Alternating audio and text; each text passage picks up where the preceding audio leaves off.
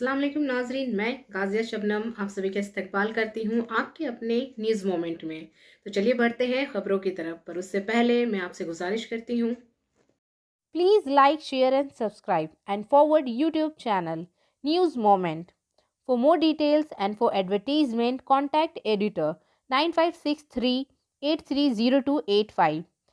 Deputy Editor Sunita Mahato 8609415270.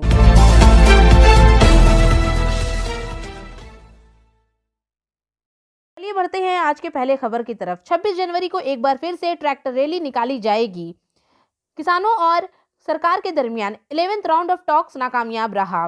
भारतीय किसान union के तर्जुमान राकेश टिकैत ने 22 जनवरी को इसका ऐलान किया। बीकेयू क्रांतिकारी के रियासती सदर सरजीत सिंह फूल ने बताया कि तीनों फार्म कानून के बारे में किसान यूनियनों और हुकूमत के माबैन 11वीं इजलास का इख्तिताम हुआ है।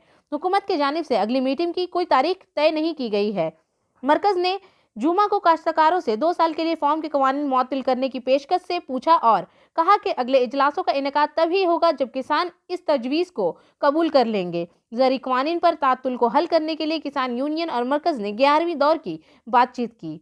झारखंड के वजीर आला हेमंत सोरेन ने कहा कि मरकज इस गलतफहमी में है कि सिर्फ पंजाब और हरियाणा के किसान तीनों कवानीन के खिलाफ हैं।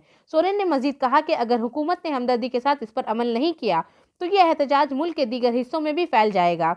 सितंबर में मंजूर किए गए तीनों ज़री कवानीन को मनसूख करने का मुतालबा करते हुए हजारों किसान तकरीबन 60 दिन से दिल्ली के मुज़ाफ़ात में हैं।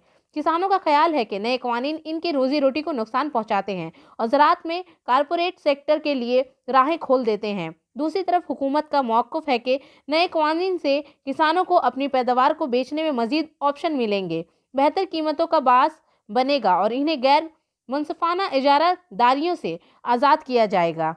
वाज़ेह रहे कि ट्रैक्टर मार्च सिर्फ इलामती नहीं है, इसने मंसूबा बनाया है कि यूनियन कायदीन रैली के सामने हाजिर होंगे। इसके बाद ख्वातीन मुजाहिरीन और तीसरी सतह पर रैली के लिए मशक़ें जारी हैं। इज्तिमाई तौर पर जलसे के अखराजात बर्दाश्त किए जाएंगे। ये यादगार होगा। कमज़ोर समझे जाने से कहीं ज़्यादा तहरीक बढ़ रही है। ऐसा लगता है कि ये तहरीक समोरना क्रांति की तरफ आ रही है।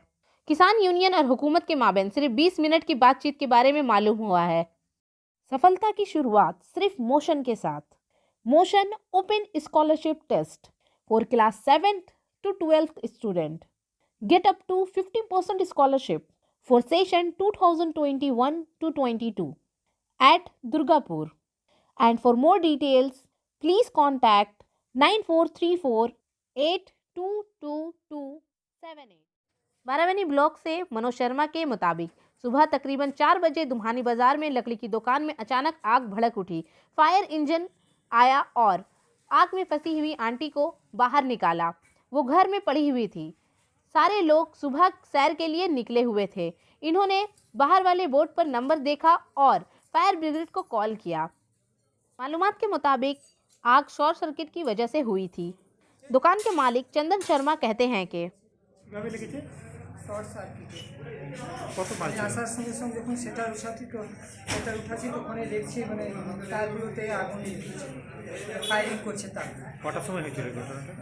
মোটামুটি সকাল আমি সেটার উঠিয়েছি 6টার সময়। আগে ফোন করা হয়েছিল ওই 5:50 ফোন করলো এখানে আমাদের পাশেই। তখন আমি এসে করে দোকান তাড়াতাড়ি এলাম, দোকান খুলছি, তখন দেখছি তারগুলো ফায়ার করছে তার, আমার ইলেকট্রিকের তার। কত মাল ছিল? साबिक पंचायत मेंबर शीतल राय कहते हैं ভোর 4টে সাড়ে 4টা নাগাদ আমাদের এখানে লোকাল ছেলে চন্দন শর্মা তার এই যে ফার্নিচারের দোকানে আগুন লাগে। যদিও একদম সঠিক তথ্য জানা যায়নি কীভাবে লেগেছে, তো অনুমান করা যাচ্ছে শর্ট সার্কিট থেকে এই আগুনটা লেগেছে। তার মোটামুটি 3.5 থেকে 4 লাখ টাকার ক্ষতি হয়েছে। সমস্ত মিটার টিটার থেকে আরম্ভ করে যে ওদের এখন মেশিনপত্র যে কাঠের সে সমস্ত পুরো একদম শেষ হয়ে গেছে। তার পাশে একটা গোডাউন ছিল সুরেজ গ্যাসি, তারও আনুমানিক 50-60 হাজার টাকার ক্ষতি হয়েছে। তার ওই গ্রোসারি দ্রব্যের জিনিসপত্র ছিল।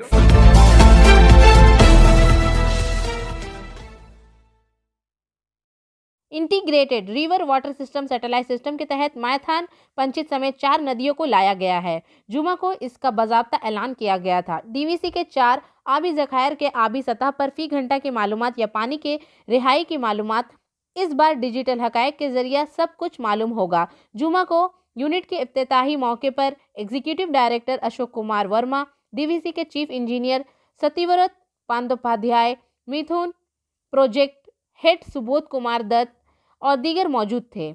अब से सिर्फ रियासती हुकूमत के अहलकार कलकत्ता जल संपादन भवन में बैठकर फी घंटा तमाम अपडेट हासिल कर सकेंगे। डिजिटल सिस्टम दिल्ली में सेंट्रल वाटर कमीशन के हेडक्वार्टर में भी तमाम हकायक दस्तयाब करेगा। डीवीसी का मैथन ऑफिस तमाम काम सैटेलाइट के तरीकाकार का इस्तेमाल करते हुए किया जाएगा। इसके लिए बढ़ाकर दामोदर और डीवीसी के मैथन पंचित तिल्हा कुनार डैम में 83 सेंसर्स लगाए गए हैं। इस पर कुल 45 करोड़ खर्च हुआ है। डीवीसी अहदेदारों को उम्मीद है कि रियासती हुकूमत इल्ज़ाम आयद करती है कि डीवीसी से पानी के इखराज से मुताल्लिक तमाम मालूमात बर वक्त दस्तयाब नहीं है। अब ये मसला हल हो जाएगा। जैसा कि हम सब जानते हैं, हिंदुस्तान में मिठाई के बगैर हम किसी भी त्यौहार का तस्वुर भी नहीं कर सकते हैं। इसलिए मैं आपके साथ आज एक ऐसे दुकान का जिक्र करूंगी जिसकी मिठाइयाँ और नमकीन पूरे आसनसोल में मशहूर हैं। कच्ची भाजा आसनसोल में वाहिद एक ऐसा दुकान है जो अपने अलग तरीकों के लिए मशहूर है। ये दुकान तकरीबन 100 साल पुरानी है। इनके पास कुछ बहुत से मुनफरिद मसनूआत हैं। इनके पास आपको खाकरों की काफ़ी सारी किस्म देखने को मिलेगी जो पूरे आसनसोल में नहीं है। ये इतना जायकेदार है कि सुनते ही मुंह में पानी आ जाता है। ये दुकान SBI बैंक के अपोजिट तरफ सिमरन राय रोड आसनसोल में मौजूद है। डिटेल्स के लिए आप रब्ता कर सकते हैं 0341230517 या फिर 9547356154। तो कुछ जायकेदार मुनफरिद मसनूआत के बारे में जानते हैं, जैसे मेथी खाकरा, मसाला खाकरा, सादा खाकरा, मंचूरियन खाकरा, चीज़ खाकरा, बनाना चिप्स, बनाना स्टिक्स, रोस्टेड पीनट्स, सोया स्टिक्स, थेपले वगैरह। सीनियर रिपोर्टर विकास प्रसाद के मुताबिक डीवीसी ने जुमा के रोज रेल के रास्ते कोयले की फराहमी के लिए जिला पुरुलिया के रघुनाथपुर में थर्मल पावर स्टेशन पर इंक्वायरी की थी और डीजल इंजन भी चलाया था। मालूमात के मुताबिक इस थर्मल पावर स्टेशन को कोयले की फराहमी के लिए जयचंदी माउंटेन स्टेशन से इस थर्मल पावर प्लांट तक रेल का रास्ता बिछाया गया है। इस रेलवे रूट से थर्मल पावर स्टेशन को तेज़ रफ्तार और कम कीमत पर कोयले की फराहमी मुमकिन हो जाएगी। रघुनाथपुर थर्मल पावर स्टेशन के प्रोजेक्ट हेड आसिम नंदी ने बताया कि इस थर्मल पावर स्टेशन के 600 यूनिटों को 2 यूनिटों यानी 1200 मेगावाट के लिए 14 से 15,000 मेट्रिक टन कोयले की ज़रूरत है। रेल रास्ते की कमी की वजह से सड़क के जरिया डंपरों के जरिए कोयले की फराहमी बहुत मुश्किल है। इन्होंने कहा कि इसकी वजह से दोनों यूनिट हर वक्त नहीं चल सकते हैं। इन्होंने कहा कि डंपरों से इतनी बड़ी मकदार में कोयला लाना मुमकिन नहीं है। इससे कोयला की कीमत में भी इजाफा होता है, जिसकी वजह से नस्ल के अखराजात बढ़ते हैं। ये इंतज़ाम रेलवे से कोयला लाने के लिए किया जा रहा है। इन्होंने कहा कि ये मंसूबा हुकूक की मदद से किया जा रहा है। मुआहिदा 28 किलोमीटर के लिए है। इसके तहत प्लांट के अंदर भी लेकर मिला दी जाती है। इन्होंने कहा कि तमाम काम हो चुके हैं। आज डीजल इंजन को चलाने के ज़रिए आजमाए गए और ओवरहेड में कुछ और हड़ताल बाकी है। इसके बाद कोयले की फराहमी कुछ दिनों में शुरू हो जाएगी, तब दोनों यूनिट अच्छी तरह से चल पाएगी। इससे कोयले की फराहमी को विश्वसनीयता में भी इजाफा होगा और सार्फिन को अच्छी सर्विस मुहैया होगी। प्रोजेक्ट हेड आसिम नंदी के अलावा गिनों के ऑफिसर्स मौजूद थे। गन और डीवीसी की चीफ इंजीनियर देवाशीष देव, सुपरिंटेंडेंट इंजीनियर सुजीत दास वगैरह मौजूद थे।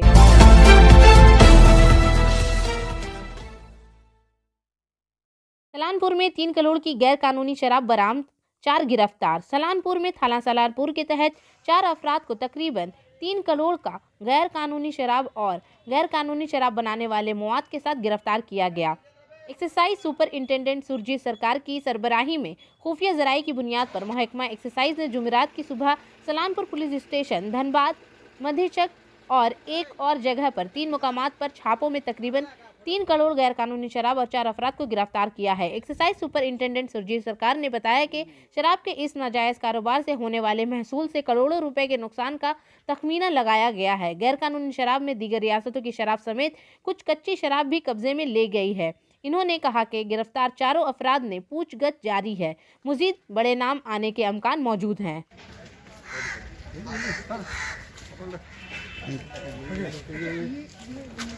সেটা হচ্ছে গতকাল বিকেলবেলা একটা ইনফরমেশনের ভিত্তিতে আমরা রেড করি বারাবণী পিএসের সালানপুর অঞ্চলে। গ্রামগুলোর নাম হচ্ছে মাধাই চক আর ধন্দাবাদ যাই হোক। তো পিএস সালানপুর, এই সালানপুর পিএসের মধ্যে পড়ে এগুলো। এই জায়গাতে আমরা রেড করে একটা অবৈধ লিকারের ব্যবসা চলছিল, সেই র্যাকেটটাকে আমরা চেস করি। তো 3টে গোডাউন 5 কিলোমিটার ডায়ামিটারের মধ্যেই 3টে গোডাউন ছিল, যে গোডাউনের মধ্যে একটাতে অবৈধ মদ তৈরি হতো, একটাতে অবৈধ মদ তৈরি করার জন্য যে স্পিরিটটা থাকে সেই স্পিরিটটা রাখা হতো, আর একটাতে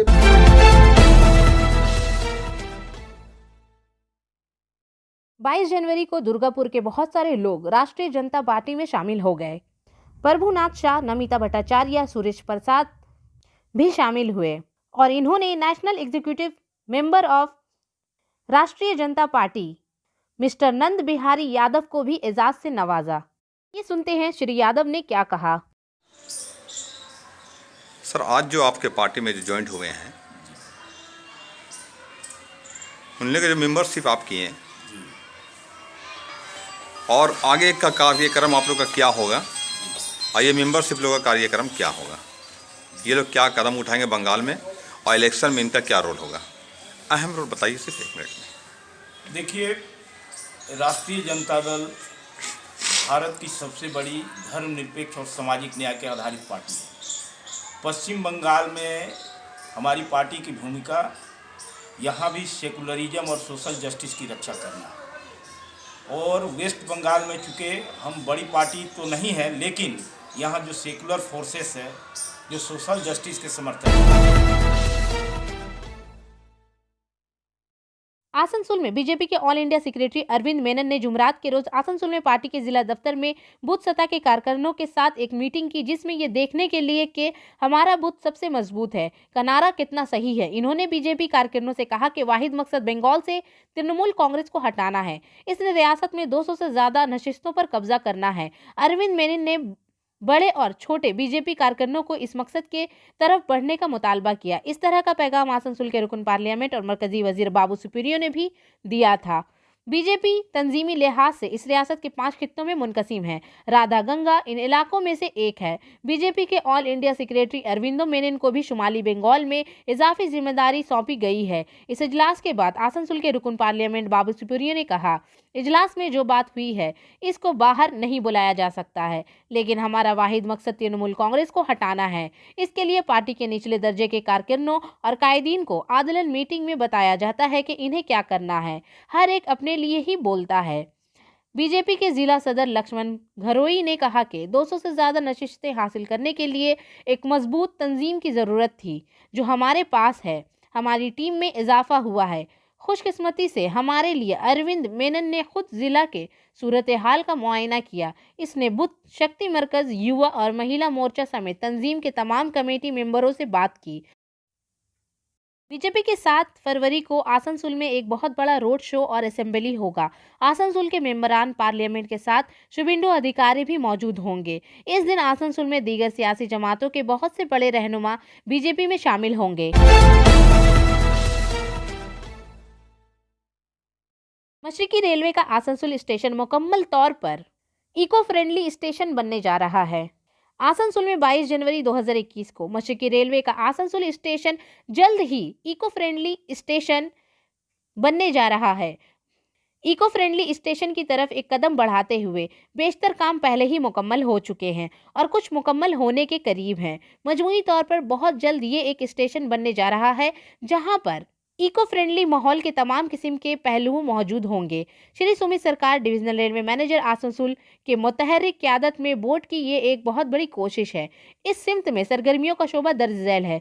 स्टेशन का इलाका एक ग्रीन बुफर जोन बनता जा रहा है, जहां ज़मीन के तरीन के बाग अलावा प्लेटफॉर्म और आसपास के इलाकों में अमूदी बागात के जरिए सब्ज रंग नजर आएंगे। आसनसोल स्टेशन और इसके आसपास के इलाकों में बड़े पैमाने पर दरख्त लगाने का काम किया गया है।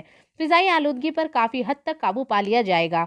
कामयाब इलाज sewerage treatment system, biogas plants, बारिश के पानी की कटाई, फजला मवाद की रिसाइकलिंग, ठोस कचरा इंतजाम जारी है। प्लास्टिक काटने वाली मशीन पहले ही लग चुकी है।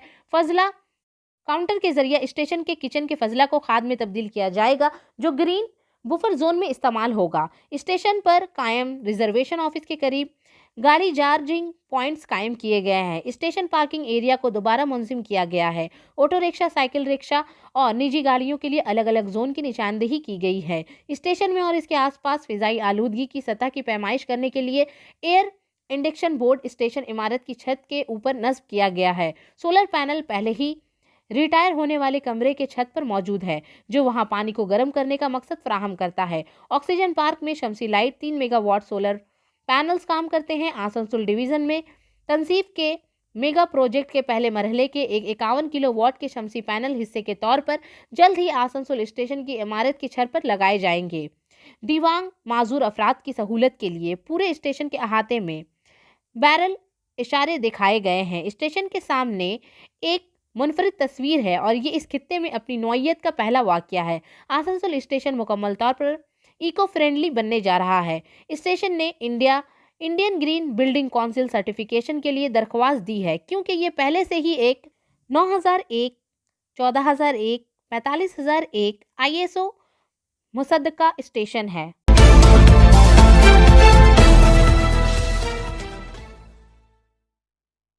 बनपुर गुरुद्वारा प्रबंधक कमेटी के जरिए 22 जनवरी 2021 को नगर कीर्तन का कयाम किया गया है।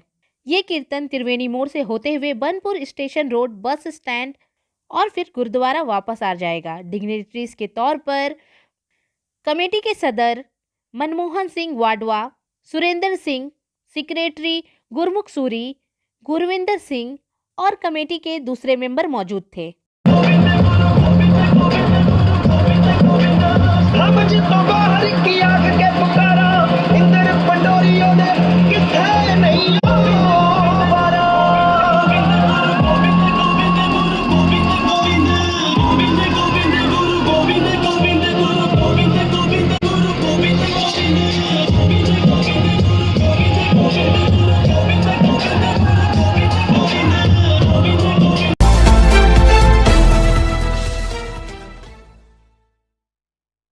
Asansol Indian railway catering and tourism corporation limited Wazarat railway के मातहत हिंदुस्तान हुकूमत की एक हुकूमत है और माली साल 2021 में रेलवे बोर्ड की हिदायत करदा हिंदुस्तान दर्शन यात्रा करेगी।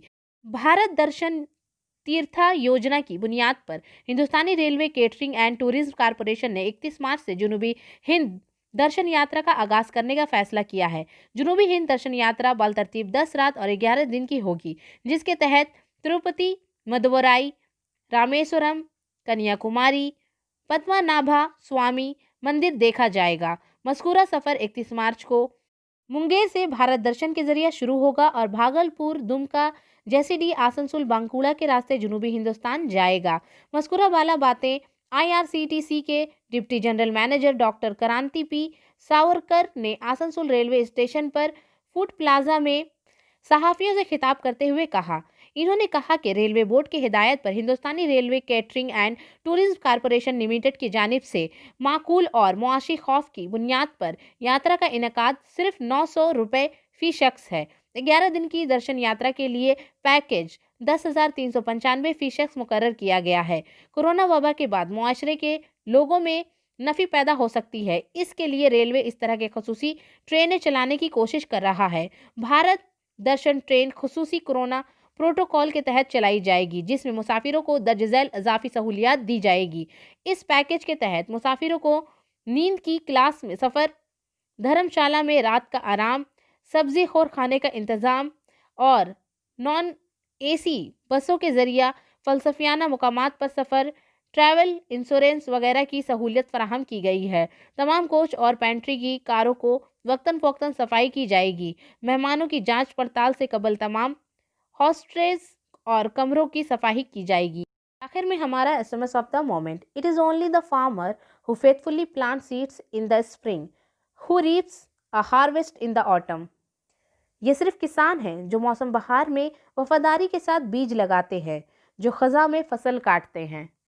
तो इसी के साथ मैं आपसे इजाज़त चाहूँगी, पर उससे पहले please like, share and subscribe. अस्सलाम वालेकुम।